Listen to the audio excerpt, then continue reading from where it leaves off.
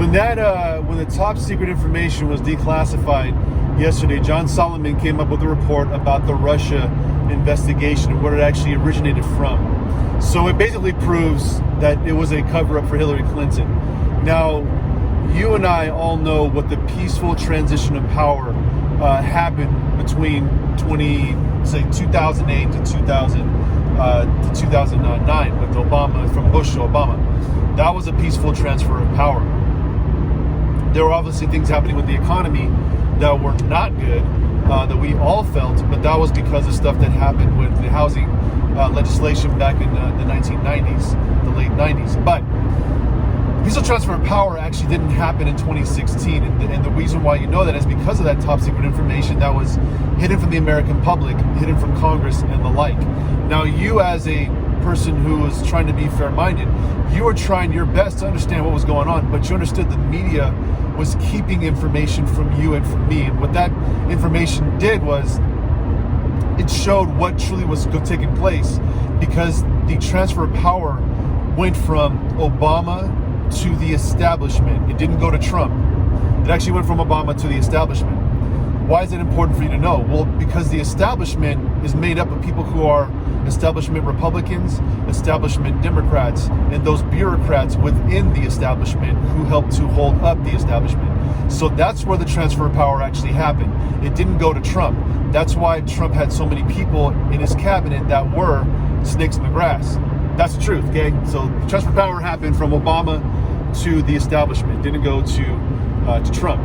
So now, when you have like the likes of Tim Kaine or Chuck Schumer, or even like, friggin' the Turtle, they're talking about Trump needs to do the peaceful transfer of power to Biden.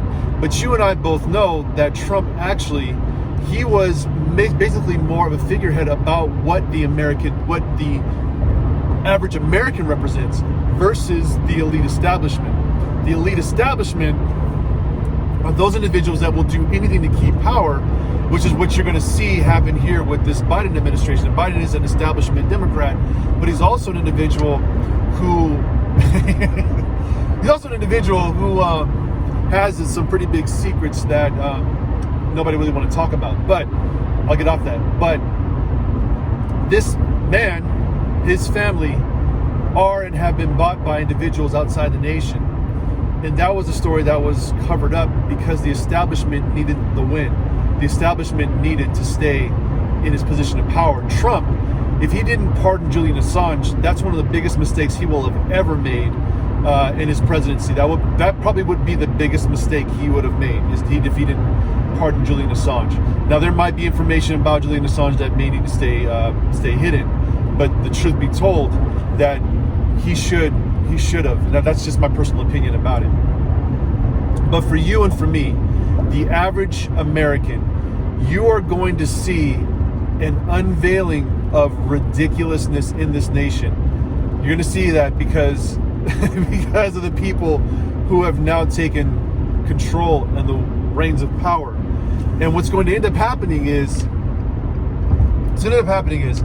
people be awakened to the truth of what the establishment actually is and the elite class. They're going to actually see it. And the sad part about it is they may not ever get a chance to override it ever again because of what happened in the election in 2020. There was cheating. There was massive cheating. And then there was silencing of the dissenting voices. There was a wielding of power that from the establishment that kept those things hidden from the people, from the American people. Now, you and me, being just the average Americans who go and try to vote and try to let our voices be heard, no matter where you come from in that, you were negated by the establishment. But you think that what you gained in this thing was a victory because of the Democrat behind your name. But in reality, what you did was you lost. You actually lost. Long run, you lost. You lost later. Republicans or GOP, the folks who voted for Trump, they lost right now. How did we all lose? Well, we all lost because people were so enamored by the presidential sound, by the presidential lifestyle, by the calm voices and the things that sound so good but really aren't saying too much. I mean, mean, that happened several previous times with a lot of politicians. But it needed to sound a certain way. But people will forget what that actually looked like for the average person. The average person didn't do well. The average person didn't do well in between 2008 to 2016. The average person didn't. Now, you know that because of higher taxes. You know that because of your gas prices. You know that because of, just all the different things that happen, and then the loss of liberty and freedom, and especially the freedom to speak. That's what the average American lost between 2008 and 2016. The loss of ability to have an opinion without it being labeled something else that would be more or less ridiculous.